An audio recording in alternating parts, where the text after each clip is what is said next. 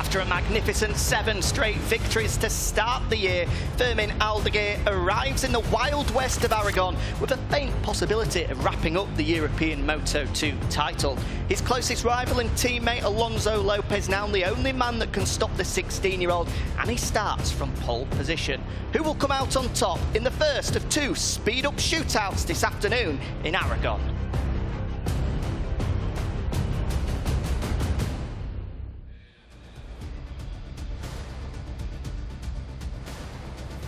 A very good morning and a warm welcome from Motorland Aragon in northeastern Spain, ahead of round 5 of the FIM CEV Repsol series. It's Jack Appleyard with Lewis Sotheby alongside me, with 5 races coming your way throughout the day, starting with the European Moto2 Championship before the Hawkers European Talent Cup and the Junior Moto3 World Championship take centre stage later on. Thank you very much for joining us on what is a jam-packed day across Europe with World Superbikes at Assen and the British Talent Cup at Brands Hatch, filling a bit of a super Sunday of two-wheeled action.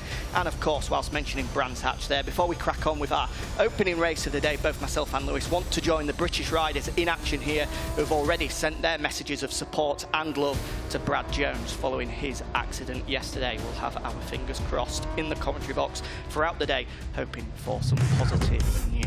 But we'll switch our attention to the opening race of the day, where, Lewis, it looks like being yet another instalment of the Aldeguer versus Lopez story, just like it was 2 weeks ago in Portimao. Yeah, it certainly was, Jack. The battle of the Boscoscuro has raged on at Portimao. 2 very, very different races that we saw on the Algarve 3 weeks ago. Fermin Aldeguer very much enjoying it all his own way in race 1 back at Portimao, with Lucas Tulovic trying to get in amongst the Boscoscuros. Lopez unable to ultimately go with his teammate, and Tulovic unable to go with Lopez after that crash that you saw just there. But Aldeguer looking supreme. He had such a good rhythm in those conditions in the first race of the weekend, as Xabi Cardoso acquainted himself with Kemith Kubo. Victory in that first race for Aldeguer, but the second race was much less straightforward. We saw a brilliant battle between the two, and crucially, Lopez was able to make the start and get in amongst his teammate, and we saw a brilliant battle from there. And here's one of the 2 moves that we saw at this particular left-hander from Aldeguer, with contact between the 2 teammates. Lopez was trying everything to keep Aldeguer behind, but just as we've seen throughout 2021, Jack, Aldeguer had all the answers. I tell you what, 2 weeks on, it doesn't get any less spicy, that move, does it? But fair play to Aldeguer, 7 wins in a row, and the most interesting thing, or brilliant thing about it, is he's had to do it every which way possible on all 7 occasions. So we said he's got a faint possibility of winning the championship. Let's get it out the way nice and early. 2 races coming up today. He's 39 points clear of Alonso Lopez at the moment. If, come the end of the day, he's 50 points clear, the championship is his. So it's very unlikely he's going to do it in race 1. Well, in fact, no, let me stop there. Impossible for him to do it in race 1.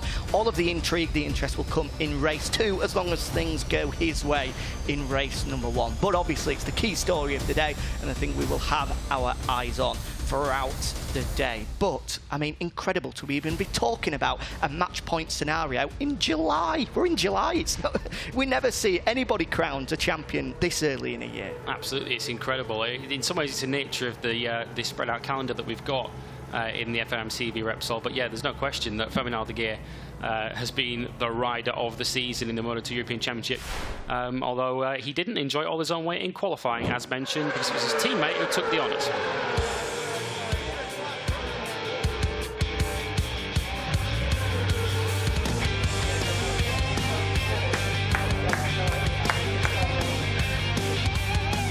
Yes, I am very happy about this second pole position, because I feel another time very, very good with the bike, and I think that tomorrow we can make very, very good races, and I hope to do my best tomorrow.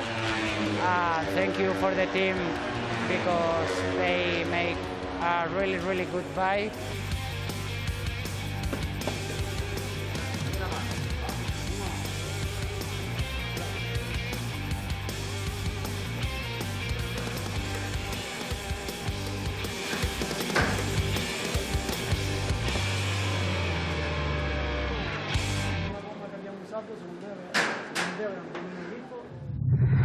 So it's that man right there, Alonso Lopez, that will start from pole position. For those of you that are joining us for the first time in FIM CEV this year, I'm sure a very familiar name to you. 51 Moto3 Grand Prix to his name, including a podium finish as well. And he's had plenty of action in the Moto2 World Championship this year as well, not only filling in for Jari Montoya in the Boscoscuro factory squad, but we've also seen him have a couple of outings, most notably in Germany, where he was in the points as well. So he's had some strong outings in the World Championship as well as in the European Moto2 Championship this year. Yeah, he'll be highly motivated today. I mean, he was remarkably magnanimous after the battle with Aldeguer in Portimao. He congratulated his teammate. He was full of respect for Aldeguer because I think he knew he'd been beaten by something pretty special that day. But after losing in that manner, I think I would have been pretty unhappy after that. Not so much at the rider who beat me, but at the fact that I'd lost in that fashion. But Aldeguer comes into this race then unbeaten in 2021, 7 wins out of 7, as you can see there. Although we do have to sound a note of caution for Fermin, because Jack, you and I came here last year for the Moto2 European Championship here at Aragon. Jari Montoya arrived here with an undefeated season and then crashed on the warm-up lap. Yeah, he did. So fingers crossed we don't see anything similar for Fermin. 7 wins in a row. That is a European Moto2 Championship record. We've never seen someone streak that many consecutive victories together. The man that held the previous record. And there they are, the Fermaniacs, as we've dubbed them. Tell you what, you won't miss them. Look at that in bright yellow. It looks like they're going to be supporting Fermin at 2 p.m. and going to be sorting out roadworks on the M1 at 7 p.m. with those high-vis jackets on. It does, and they're sporting the 54 as Fermin has tattooed on one of his arms as well. Will they have number 1s on display by the end of the day today? Adam Norridine then completes the front row, and yeah, a mixed weekend, as you could see for him at Aragon. A very, very good race one. He was on the podium, but he's now he's had a little bit of a decent run now. He's out-qualified his teammate Lucas Tulovic once again. And the front row of the grid for Norridine, and it's going to be interesting to see who can lead that chasing pack if we're expecting the Boscoscuros to clear off and have their own race. It's going to be very interesting to see who can win the battle of the teammates behind them in the Dynavo Liquimoli squad. Yeah, it's a fierce fight for third in the championship at the moment, with Cardoso, Tulovic and Norridine, third, fourth and fifth, separated by just 2 points. So we're certainly going to see, with 2 races here today, that battle for third and the final spot on the championship podium go one way or the other.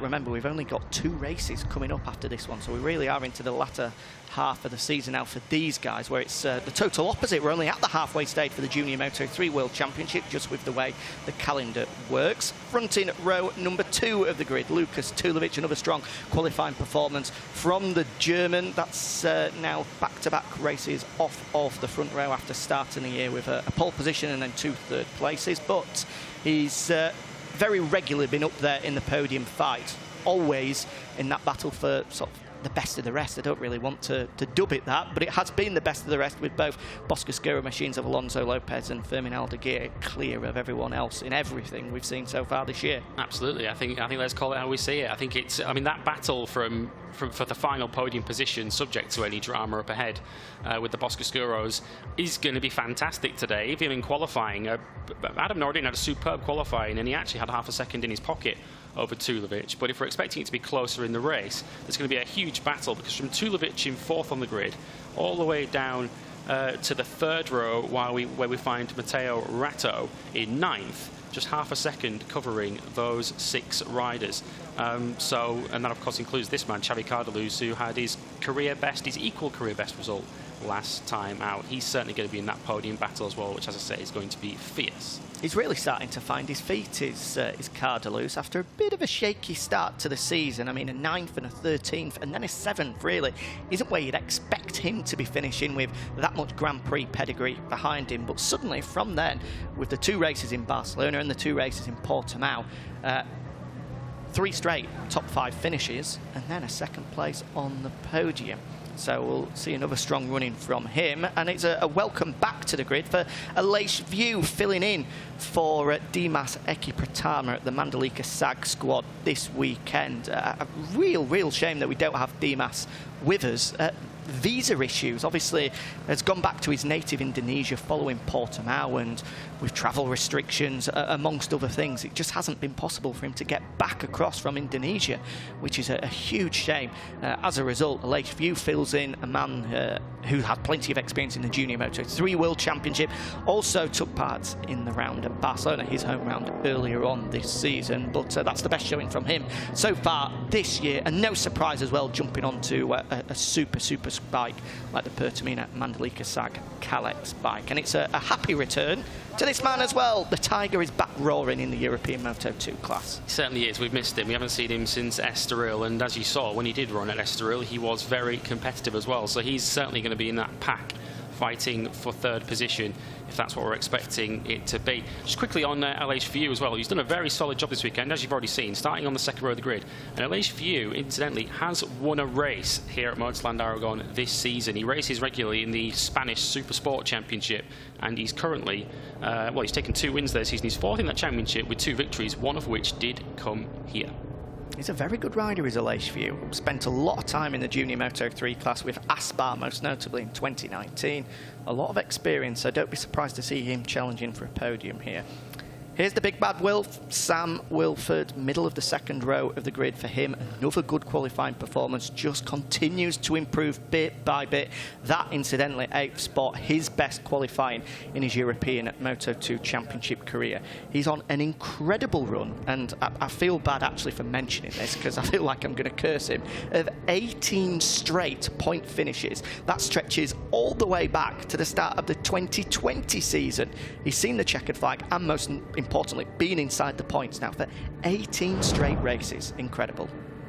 Absolutely. Can he extend that today? Can Fermin Aldeguer put himself in position for a championship point later on today? This is the grid for race 1. Then Lopez on pole from Aldeguer and Norrodin. Tulovic heads row 2 ahead of Cardoso and View, with Taiga, Hada, Sam Wilford and Matteo Ratto on row 3.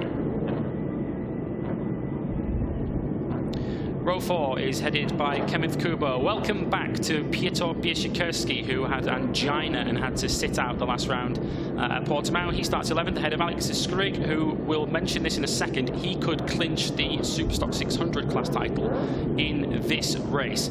He starts on row 4, and it's going to be fascinating to see what goes on further behind. Kevin August and Vostertek are the 2 riders who can still deny the title in Superstock 600 for Skrig. They start further back in 17th and 19th respectively, so we'll keep an eye on that. As it stands at the moment, Skrig has a lead of some 68 points over his nearest challenger in that particular championship. If he extends that to 75 by the end of this race, he will be the Superstock 600 class winner for 2021. Here we go then, the European Moto2 Championship about to kick us off on a day of proper action here in Aragon. 5 races coming up, championships to be decided in the European Moto2 class and the Stock 600s, as we've mentioned as well. But there's going to be title swings, no doubt, in the Moto3 and the European Talent Cup as well.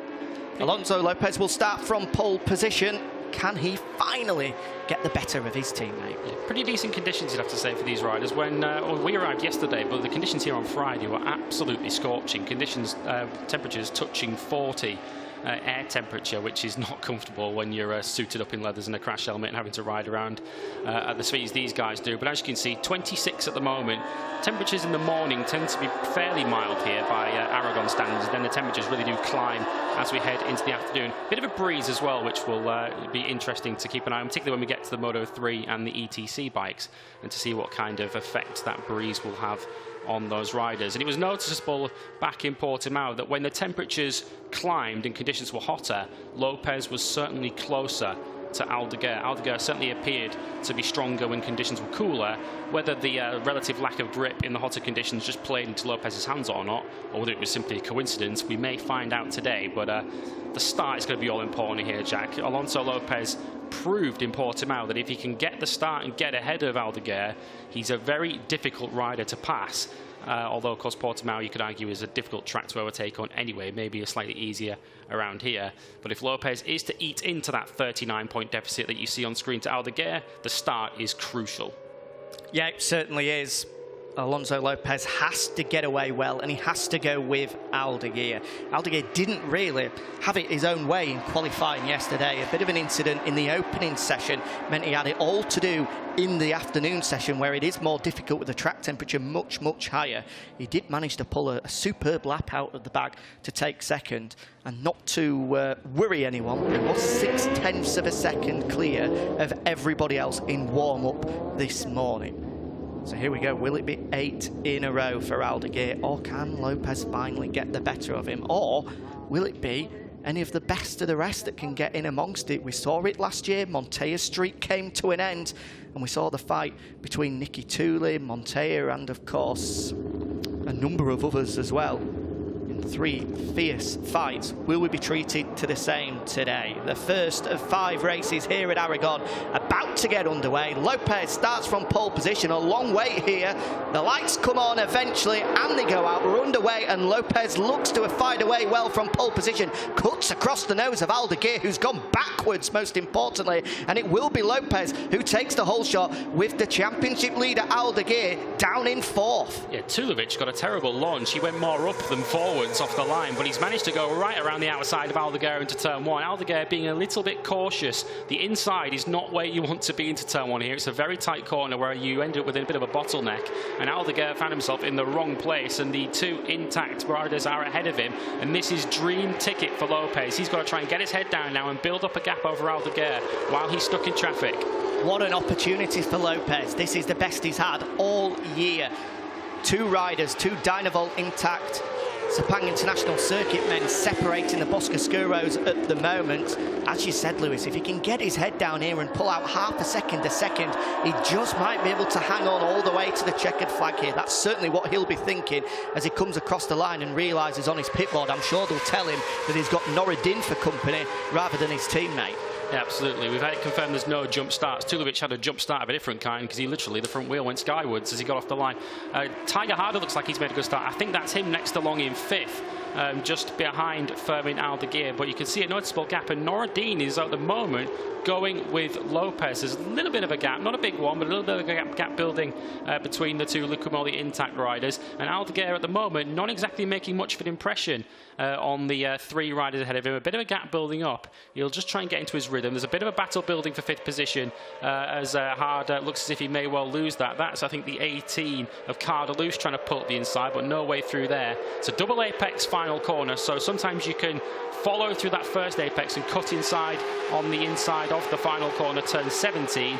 But as we come across line to complete lap 1, Lopez has the lead, and it's a 1/4 of a second over Norridin, and Aldeguer is 8/10 behind in 4th and already on the attack. Here he goes, Aldeguer up the inside of Tulovic, but runs wide at turn 1. An opportunity for the German to try and swoop back around the outside, but the inside line is Aldeguer's, and 3rd place is Aldeguer's as well. He has to get his head down here because already the leading 2 are just starting to break clear, are they? We're only 1 lap in, but I'm sure the alarm bells will be ringing in the head of Aldeguer already.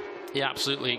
Crucial. We'll keep an eye on it, as we mentioned. We'll keep updating you as Aldeguer now does take 3rd position. A mistake there into the left-hander from Tulovic has let him through. Cardoso's continuing to push Taiga Hada. Hada leaves the door wide open, and they look like they make contact there. They just about stay afloat, the both of them. But yeah, crucial development in the Superstock Championship battle. Vostatek, who is the rider closest to a streak and the man who's most likely to stop him from clinching the title here, has dropped to plumb last on the first lap.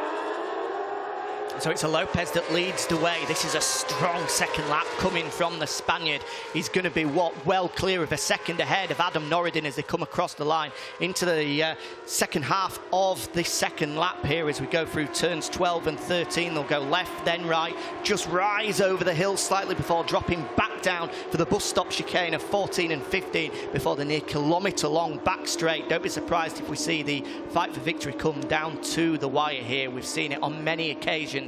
2 riders separated by nothing, trying to draft past one another down this back straight, just as Taiga Hada is trying to do now. He's had to relinquish 5th place to Cardoso, the Andorran jumping ahead of him, with the 19 of Aleix View doing pretty good here to be settling into that fight for a top 5 finish on debut for the Pertamina Mandalika SAG squad. Yeah, we'll see if we get another view of the change of position for 3rd place. It looked as if Tulovic simply just got a little bit hot into turn 5, and that allowed Aldeguer to get through, but Lopez has put in astonishing lap time. That time around 1:53.3. He's the only rider in the 53s, although Aldeguer did a 1:54.000, so he's about as close to the 53s as you can be. But that gap now between the two teammates, 1.4 seconds as Aldeguer now leads that chase. He's now past Adam Nordin and up into second. Well, this is going to be the crucial lap, isn't it, Lewis? 1.4 seconds separated Lopez and Aldeguer last time around, with Lopez 0.6 of a second quicker than his teammate. Can Aldeguer now chip away at the lead of Lopez? Well, not in the first sector. 3/10 Lopez has been able to pull out in that opening sector. That gap will be well over 1.5 seconds now. So it looks as though Lopez is really into his rhythm here and he's fancying his chances. Yeah, we'll keep an eye on it as this lap unfolds, where the two teammates, Lopez and Aldeguer, are stronger and where they're weaker. As we've seen already, it's pretty clear that Lopez is good through that first sector of the lap.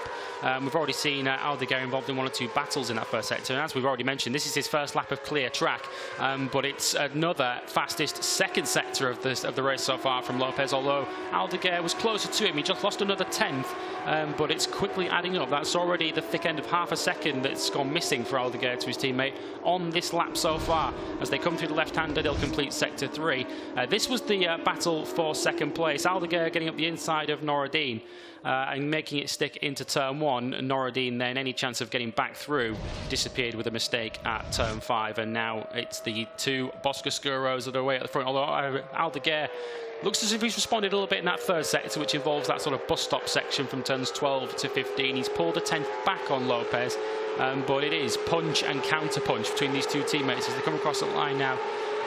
We've got 13 to go, and a fastest lap of the race for Lopez, 1/4 of a second quicker than his teammate. That is an incredible pace from Alonso Lopez, a 1:53.210. His fastest lap in qualifying was just 0.06 of a second slower than that. He's on qualifying pace here. I mean, he's still got 13 laps to go, so he's got to be careful with the track temperature only going to go up. Is he going to come into a couple of grip issues as we get into the latter half of this race? We'll have to wait and see, but so far so good for Alonso Lopez. That, unsurprisingly, is a new European Moto2 lap record around this Motoland Aragon circuit as Aldeguer makes a mistake there. You can tell he's pushing. You can tell he's been put under pressure by Lopez, because the usually unflappable Aldeguer has made a big mistake there, which will allow Lopez to now be well over 2 seconds clear. Yeah, that's answered the question I was about to ask, which is how much are these riders pushing now and how much are they trying to save for later in the race? You'd be forgiven for thinking that Aldeguer was maybe trying to keep his powder dry a little bit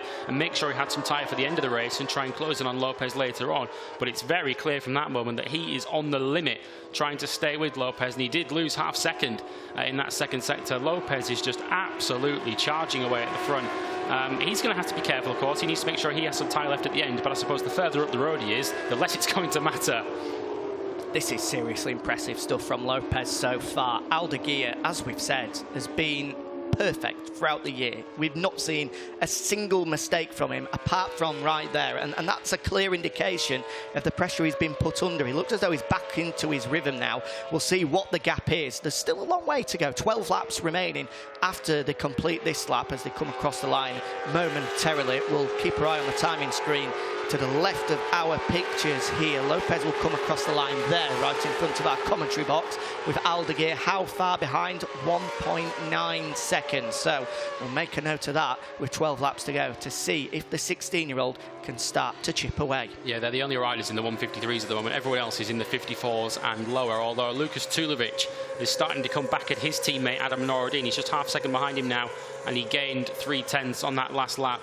Cardoso has stretched clear slightly of Taiga Hada now, with Aleix Viu starting to close in on the Japanese rider. And Sam Wilford, we've already covered him earlier on, the safe pair of hands in 8th position at the moment, although he's got Kenneth Kubo starting to close in on him at a rapid rate of knots. And I tell you what, if there's one rider on the grid you don't want to see in your rear view mirrors, it is Kenneth Kubo, a brilliant lad, but he can be a bit wild from time to time. He can be. We saw a bit of it last year. We saw him battling with Cardoso here last year in the 3 races we had at Aragon, and Portimao 2 weeks ago really did sum up Kubo's season. Super quick at some times, but just struggled to see the checkered flag. Unfortunately, he made mistakes, and that cost him any hope of points. And certainly the VR46 Master Camp team will just be praying that he gets to the checkered flag and brings some points in, because when he sees the checkered flag, he's usually somewhere close to the sharp end.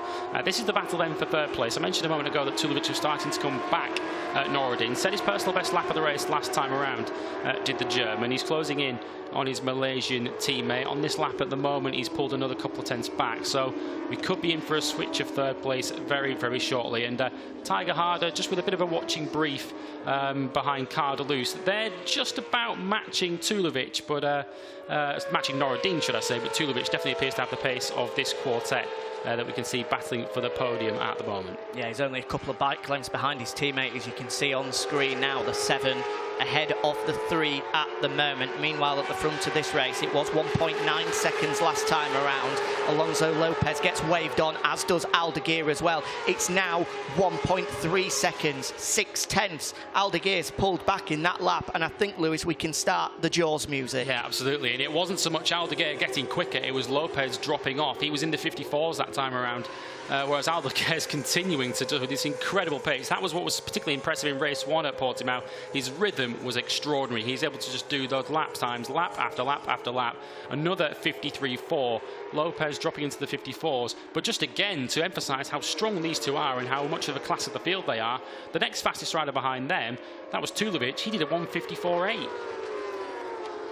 Well, it's the same story that we've had all year. The Boscoscuro bikes have been in a league of their own. They're already 3.8, nearly 4 seconds clear of the battle for third place here, which, incidentally, is starting to heat up, because not only has Adam Noureddin got his teammate Tulovic for company, but Cardoso is right in amongst it as well. And Taiga Hada isn't a million miles behind as well. Tulovic will be desperate to get back onto the podium after a disappointing weekend in Portimao, crashing out of third in the opening race before then finishing fourth in race 2. He was nearly shuffled back to 5th there, with Cardoso having a big look up the inside.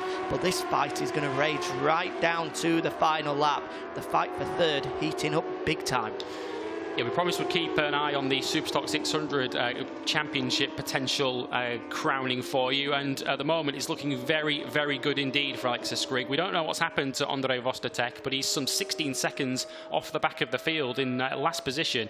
He's lapping okay, setting personal best sectors, but he's a long way off the pace as we look at Cardoso once again showing a front wheel on Tulovic, and Tulovic is going to see his rear wheel short. He's gone way wide into 16. That might help him drag it back into the final corner 17, and it does. So maybe that's just a deliberate line from Tulovic to take the speed on the exit. But yeah, the Superstock 600 title at the moment is heading towards Alexis Skrigg as long as he keeps it upright.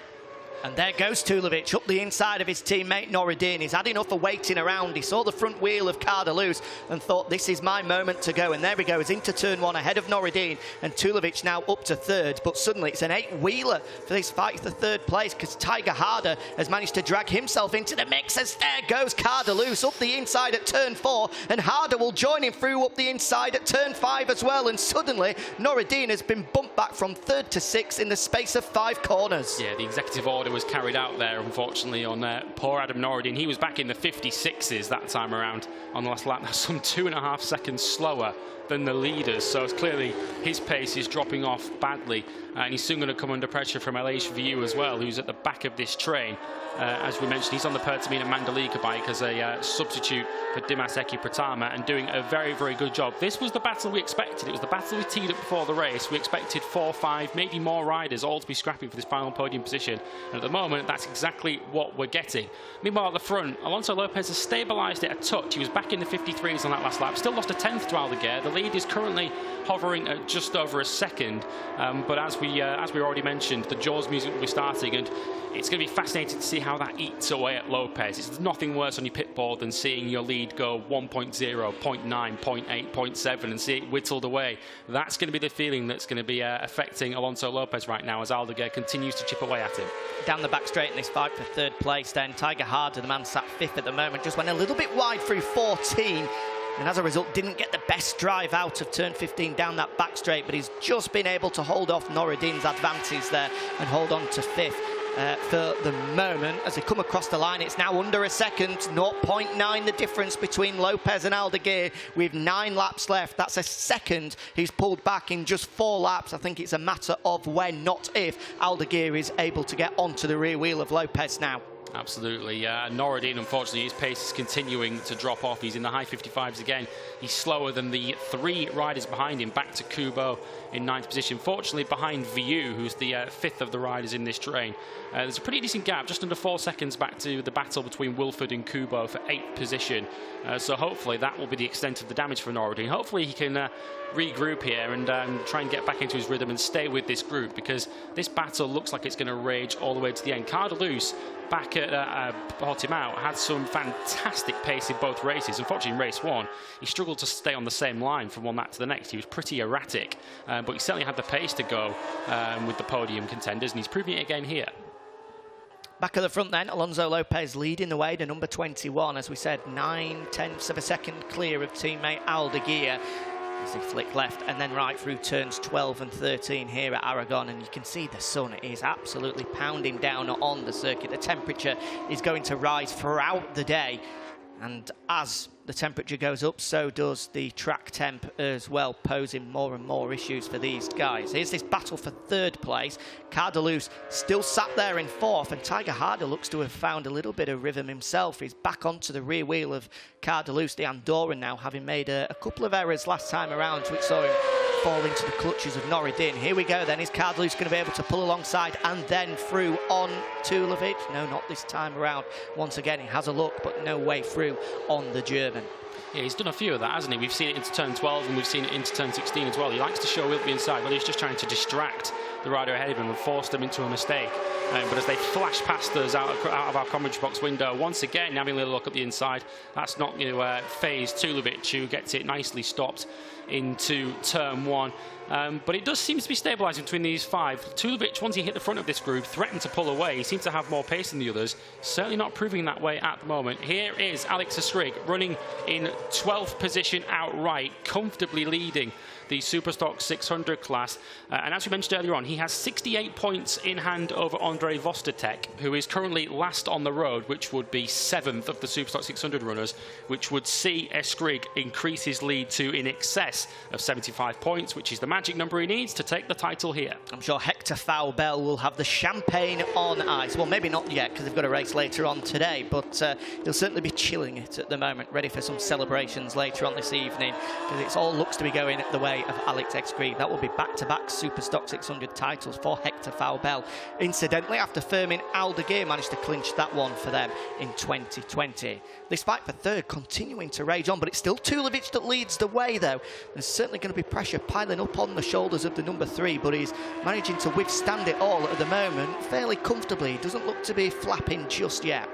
Yeah, you mentioned earlier on, if there's one rider that you wouldn't want behind you in a battle, it's Kenneth Kubo. I think if the next rider I wouldn't want behind me is perhaps Xabi Cardoso, because he is so aggressive. He's showing his front wheel. He's making all sorts of feints behind his teammate, behind Tulovic, should I say. None of them working at the moment. Tulovic is just concentrating on himself.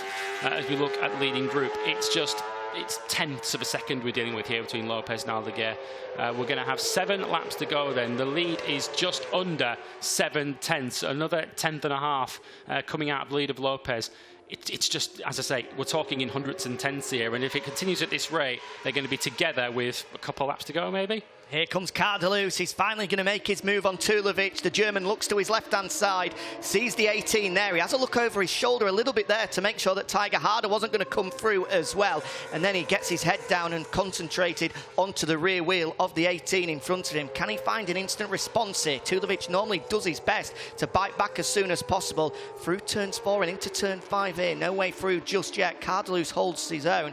And I tell you what, if anything, Tulovic is going to be worried about the number 23. Here comes Taiga Hada. He has a good look up the inside. That's a brave move there. But he gets it done, and Cardoso goes down. The front end folds for the Andorran. And 3rd place is chucked away for Xabi Cardoso. And suddenly Taiga Hada goes from 5th to 3rd in a blink of an eye. A debut podium finish possibly on the cards for the Japanese rider here. Absolutely. He's picked his spot. He's waited for his moment. He's been patient, and it's paid off for him at the moment. Tulovic, of course, will still have eyes on coming back at Hada. He left it all wide open into turn 1, and much like his teammate a few laps ago, once he got eased wide, there was no one prepared to let him back in again, and that caused him to lose 2 positions.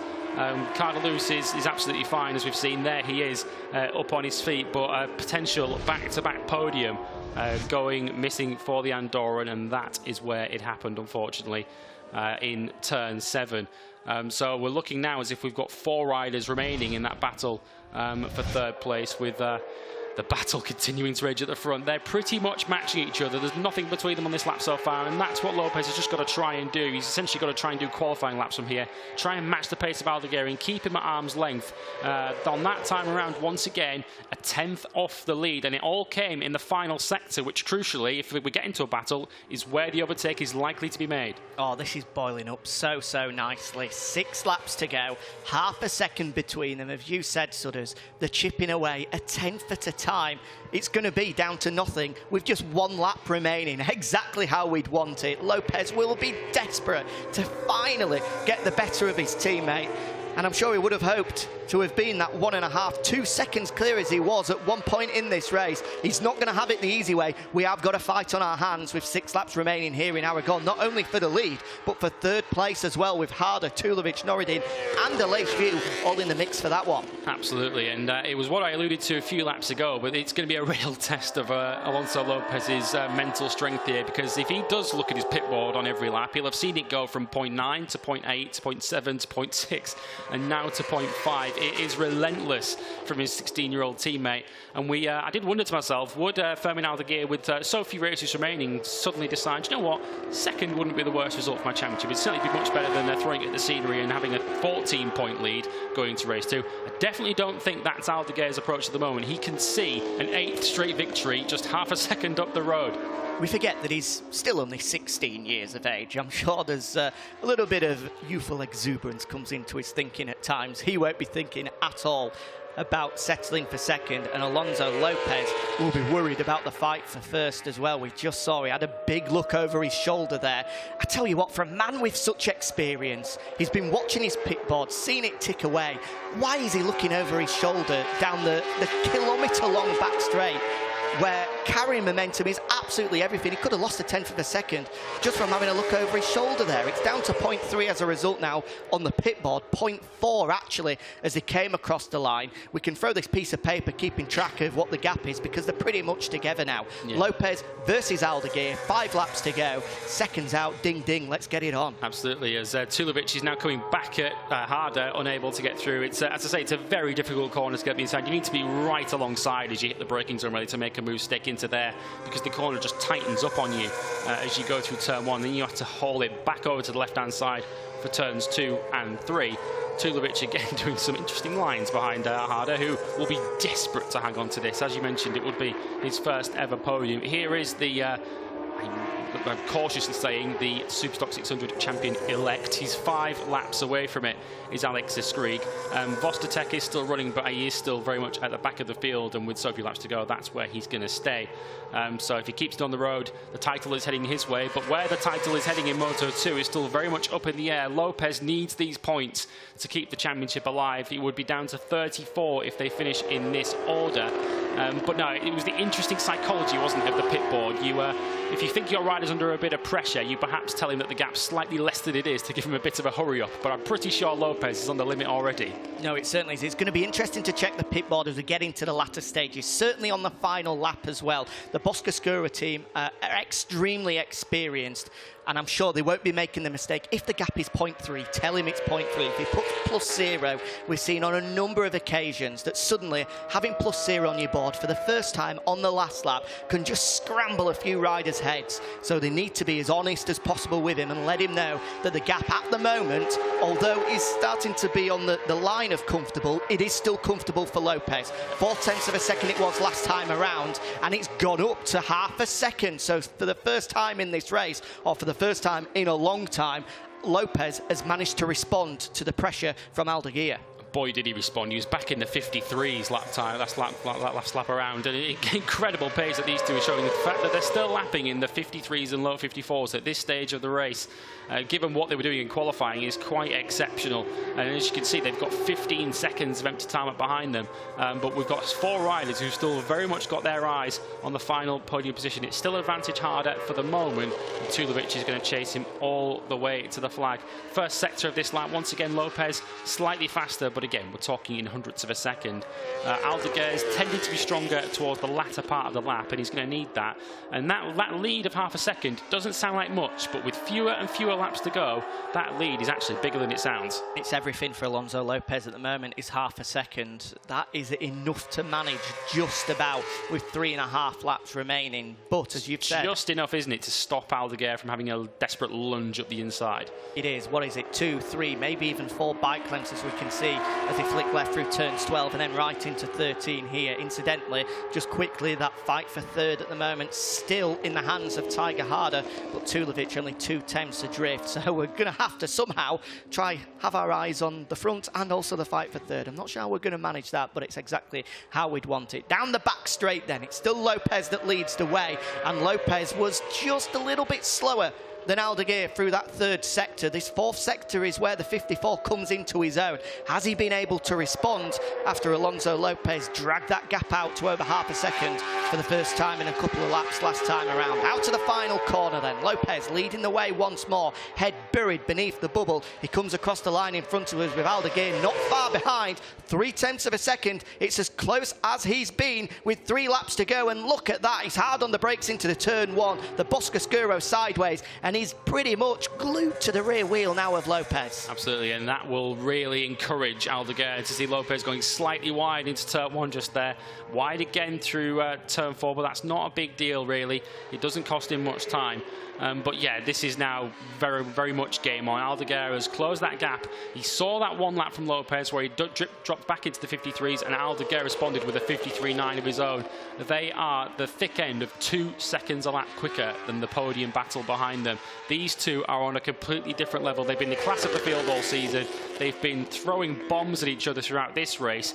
Has Aldeguer saved one last haymaker for the last 2.5 laps? Well, what does Aldeguer do now? He was 1.9 seconds adrift of Alonso Lopez during the early stages of this race. He's done the hard work. He's up to the rear wheel of Alonso Lopez now. With 2.5 laps remaining, does he go straight away? Does he try and show his front wheel? Or does he just sit there and try and wait for a bit of a surprise attack on the final lap? Yeah, he's not going to have much time to make a decision, is he? I mean, it was very interesting back in Portimao. It took him quite a while to figure out where to pass Alonso Lopez. He tried a number of times into turn 1, but Lopez was very deliberate down the main straight in Portimao to force Aldeguer to go around the outside of him, which Aldeguer was unable to do. So we saw in the highlights package at the start of the show that Aldeguer essentially took matters into his own hands and invented an overtaking place that we never really thought existed. Here is where you'd expect the move to take place. This is perhaps the best part, not just because Aldeguer is stronger in the final sector of the lap, but because it is the longest straight on the circuit by quite some distance. But Lopez, he's just about doing enough at the moment. There'll be just 2 laps to go as they come across the line. And Aldeguer is well and truly locked in the slipstream, but as he did in Portimao, Lopez trying to force Aldeguer to go around the outside, but he went down the middle of the road down the main straight and then swapped back across to take the racing line, and he was able to brake late enough to hold him off. As I mentioned, you need to be right alongside really into turn 1 to overtake through there. It's not the kind of place that you can really dive up the inside from a while back. Oh, Adam Norridin has gone down. He's out of that fight for third place. He was up in 6th, and in that fight for third, down at turn 14 is Adam Norridin. That's the first of the rights at that final bus stop chicane. Incidentally, Tulovic looks to have got the better of Taiga Hada. He's up to third now, is the German, but we'll concentrate on this fight for the lead. 1.5 laps remaining, and that's the first look up the inside from Fermin Aldeguer. Lopez, unsurprisingly, goes defensive. He's trying to hold off the advances of the 54. He's just going to run a little bit wide there, but he's okay. He'll have the inside line and block Aldeguer from squeezing up the inside. He's got to be very careful here, Lopez. He doesn't want to be defending fresh air on this penultimate lap. If Aldeguer is close enough to make a move, I can understand him, but he defended into a corner where he didn't really have to there, and it cost him momentum as they came out of that reverse corkscrew. Aldeguer, turn 12's perhaps another potential overtaking place, but again, you need to be probably right alongside before you arrive at the braking zone. You can't really come from a distance back there as we keep an eye on. I think this is what happened to Norridin. Indeed, it is into 14. Front end washes away as he goes through the right-hander. and unfortunately it's going to be left to Tulovic alone to try and claim that final podium position, which he does currently hold. He does have the advantage over Taiga Hada as they go side by side once again, and again, very deliberate from Lopez. He's forcing him to go the long way around. I think Aldeguer had managed to squeeze his way through there at either 14 or 15, because as we cut back to them down the back straight, it was the lime green helmet of the 54 of Aldeguer who was ahead of Lopez. And as we come out to the final corner for the penultimate time, for the very first time in this race, it's Aldeguer that leads the way. Has Lopez got a response? Can he finally get the better of the 16-year-old, or will it be 8 in a row for the number 54? Yeah, you think desperation match starts creeping down for Lopez. He's done all the hard work in this race. He's barely put a wheel wrong for so long in this race, and then just as we're arriving on the final lap, Aldeguer pounces. He's been patient. He's chipped away at that lead lap after lap, and now he looks like he's making the break for the finish. Lopez not close enough at the moment to really try and launch a counter-attack. At the moment, with half a lap to go, it looks as if Aldeguer's got enough in hand. Oh, look at this. Aldeguer is putting on a show on this final lap. He's hit the front, and he's already, what, a quarter of a second clear, 2-3 bike lengths. Lopez is going to have to find something miraculous in this half a lap that remains, because it's going to be Aldeguer surely to take yet another victory and march his way towards this European Moto2 title. Lopez has thrown everything at it. He was 2 seconds clear in the early stages, but Aldeguer has shown his class once more into the final sector here, and there we go. 44 points is surely going to be the lead now as we come through turns 12 and 13 for the final time. It's 4 bike lengths. Aldeguer has been sensational once more. Yeah, an absolute masterclass. It's, I mean, he could be a champion by the end of the day, but this is a ride that just screams champion in waiting, doesn't it? He's just been so professional. He's just chased his teammate down and he's waited for his moment, and it was just a supreme move up the inside into turn 1. The final podium position is going to be between Tulovic and Hada. They've broken clear of Aleix View now. There is still just a 1/10 of a second between them, but the gap between these front two is much bigger, and we're heading for 8 in a row for Aldeguer. Here we go then. Aldeguer out to the final corner. He was 2 seconds adrift at one point, but it doesn't matter. 8 in a row, and the European Moto2 Championship gets one step closer for the remarkable 16-year-old. What a performance. 3/4 of a second he pulled out on that final lap, a 1:53.6, nearly his fastest lap of the race. And this is the fight for third between Hada and Tulovic. Who will it be? It's going to be Taiga. Podium for the Japanese rider. He's managed to pull it out the bag on the final lap. What a performance, having missed Portimao and Barcelona through injury. He returns to the class and jumps onto the podium. Yeah, we don't know where that move was made. It was in the 3rd sector where Hada made up the time and pulled it out. So I think that was where the move happened, somewhere maybe into turn 12. But here is Alexis Skrig, and with Andre Vostatek down in 19th position and the last Superstock 600 runner on track, Alexis Skrig is going to come across the line, and he is the 2021 Superstock 600 champion. The number 11 will quickly become the number 1. Alexis Skrig takes the title. He has been so dominant, just like Fermin Aldeguer, unbeaten, as is the number 11, Alexis Skrig, the European Superstock 600 champion in 2021. But at the front, though, 5-star Fermin does it again. The Fermaniacs in the grandstands across from us will be going bananas, because that was some performance. I mean, to be nearly 8/10 clear as they come across the line, having started that final lap side by side with his teammate, was absolutely sensational. He will celebrate with the brand new champion. Will he be having similar celebrations in a couple of hours' time? 44 points the difference. Remember, he needs to be 50 clear by the time we leave Aragon for the title to be his. So if we have a carbon copy result, it will be 49 points. Not enough, but pretty much he'll have one hand on the trophy. He needs a mistake from Lopez, or for the likes of Hada, Tulovic, or even Cardoso to stop Lopez from finishing second, and of course for him to take victory, and the title will be his. But right now, all the attention on this man. He'll be hoping to replicate what Aldeguer did. Aldeguer dominated that class last year, and look what he's been able to achieve once up onto a Moto2 machine. Alexis Skrig has had to do it the hard way. He's come through the Red Bull Rookies Championship, a rather than fighting it out in the junior Moto3 class and was unable to find himself a seat in that Moto3 class. Similar to Aldeguer, it's such a similar story. He's had podium finishes in the Red Bull Rookies, most notably at Aragon here in 2019, and now more celebrations at Moto2 Aragon for the 17-year-old from Valencia. The number 1 has quickly replaced the number 11 on the front of that Yamaha R6 machine. Big high five, big hug from the Hector Bell squad. And he's even got himself the special helmet as well, in gold, with the number 1 on the front, just so there's absolutely no denying the fact that he is the champion in 2021. And well, I think that's the face of a man who's wondering, what else can I do? He'll have been watching his pit board, seeing the gap, chip away, lap after lap, 10th by 10th, only for Aldeguer to pounce on the penultimate lap and then pull clear on the final one. He really could not do much more, Alonso Lopez.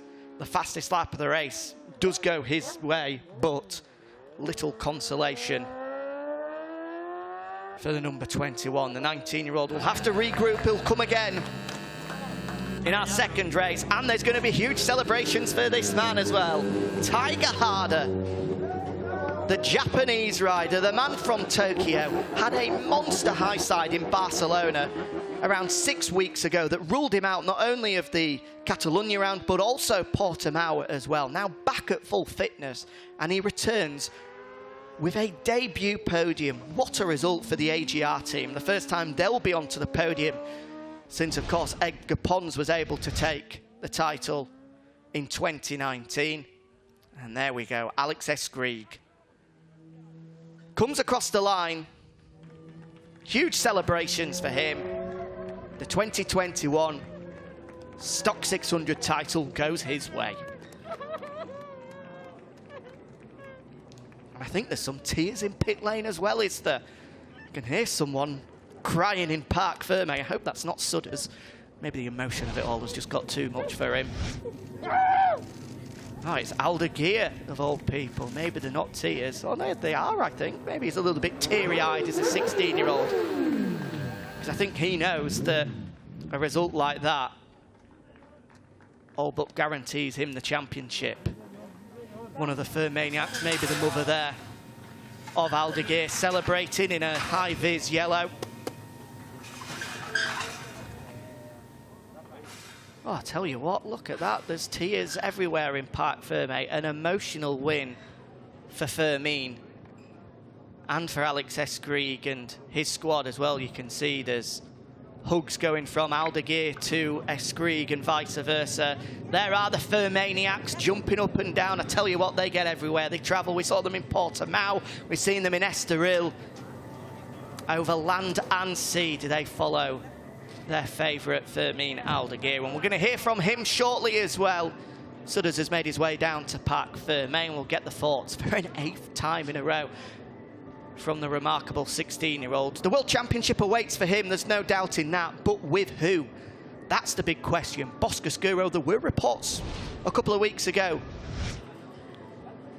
that they had signed him, but I'm not sure that they're 100% accurate at the moment. Unsurprisingly, a huge amount of interest in the man from Murcia.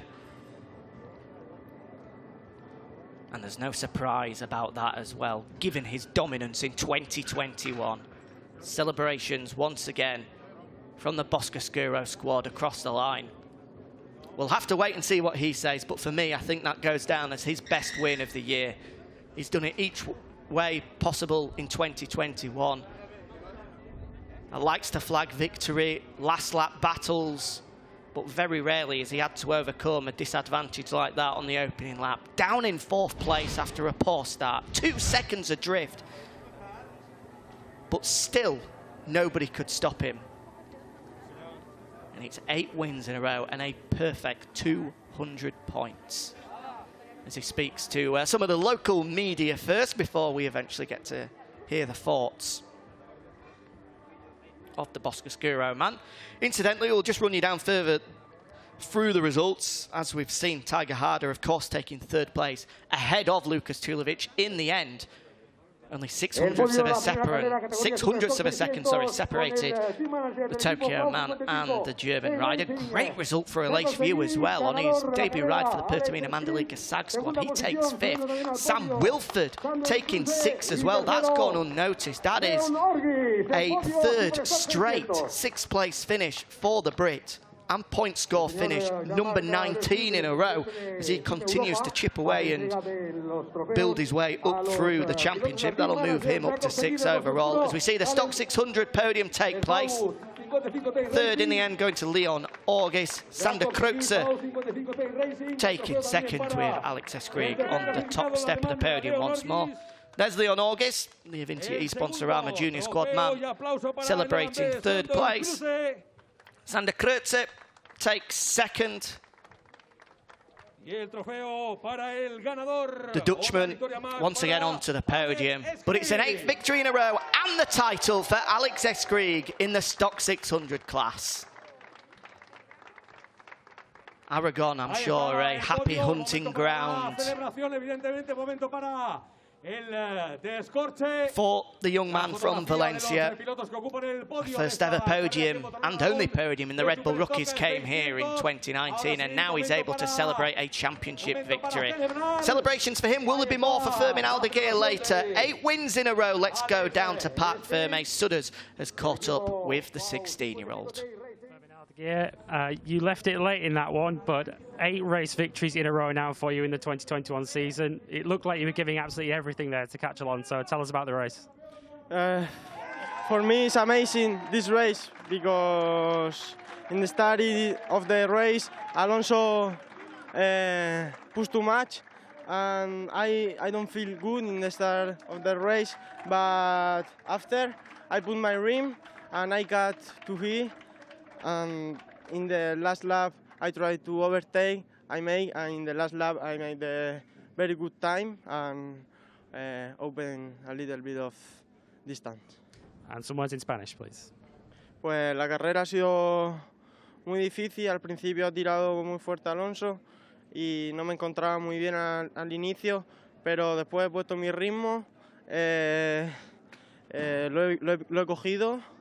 En la última vuelta he intentado adelantarlo, lo he hecho y he hecho una muy buena vuelta y he cogido un poco de distancia.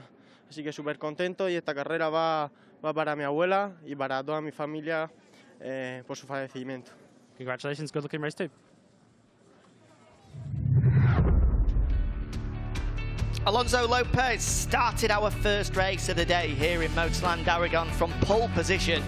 And he quickly got to business, swiping across the front end of teammate Fermin Aldeguer as he looked to end the unbeaten run of the 16-year-old. Lopez hit the front and was quickly able to check out, extending an advantage out of nearly 2 seconds over Aldeguer, who eventually was able to battle his way ahead of the Dynavolt Intact GP bikes of Lukas Tulovic and Adam Norridin.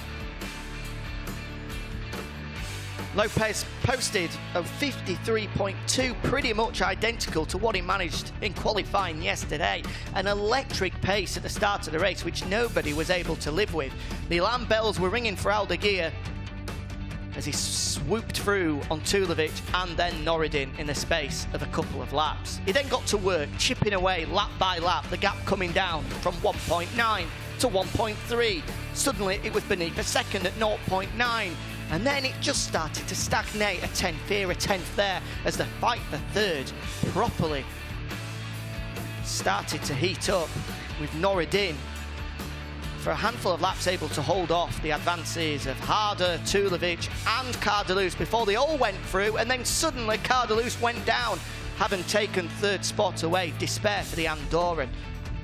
Hada hit 3rd, with Tulovic able to respond, opening out that gap there of just under half a second with only a handful of laps remaining. Norridin crashed out of that fight and out of a top 5 place, whereas at the front on the penultimate lap, Aldeguer made his move stick down the back straight, firing his way in front of the 21 of Alonso Lopez before getting his head down and putting in a sensational lap to eventually take victory by 0.7 of a second, extending his championship lead out to 44 points, firmly placing one hand on the European Moto2 title.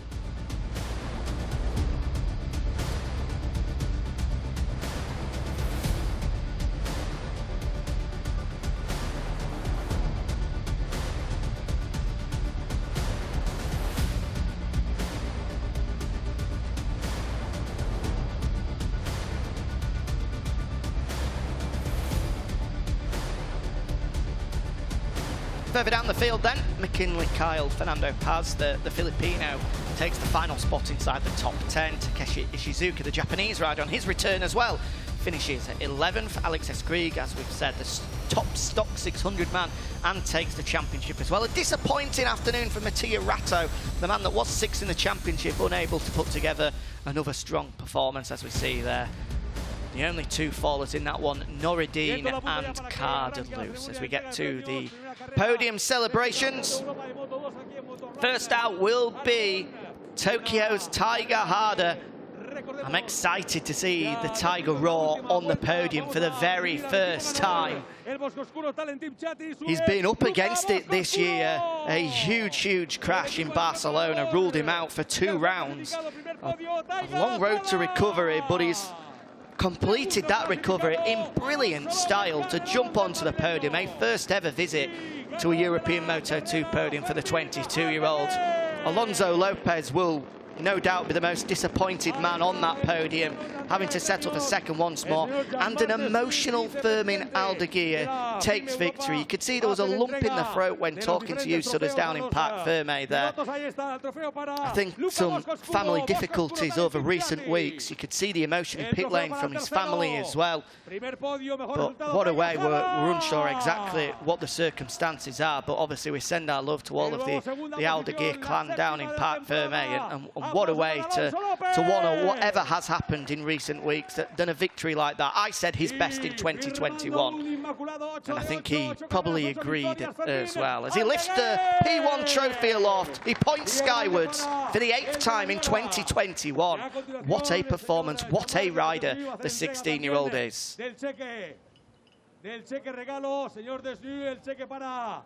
Alonso Lopez, I'm sure not much consolation, that check from Repsol. €200 will help him on the journey back as he sees the title slip away from him. But once again, it's the Spanish national anthem that will ring loud and clear here in Aragon.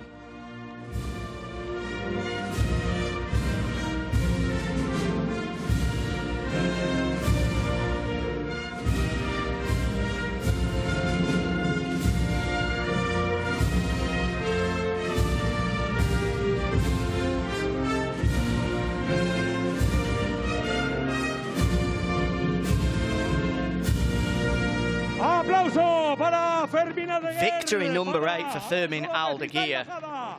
He's experienced that quite frequently in 2021, but I'm sure he's not tired of it just yet. He needs to do it for a 9th time later on today to help his championship cause even further, and never fails to amuse me as well, as Hada and Lopez are able to spray the Prosecco.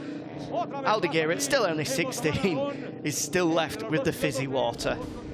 Although I'm sure if he's well behaved, he might be treated to a claret later on this evening. So 44 points the difference then between Aldeguer and Lopez. Remember, 50 are left on the table at the end of action today. So it really is match point for Aldeguer in race 2 later on. Can he wrap up the title in July of all things?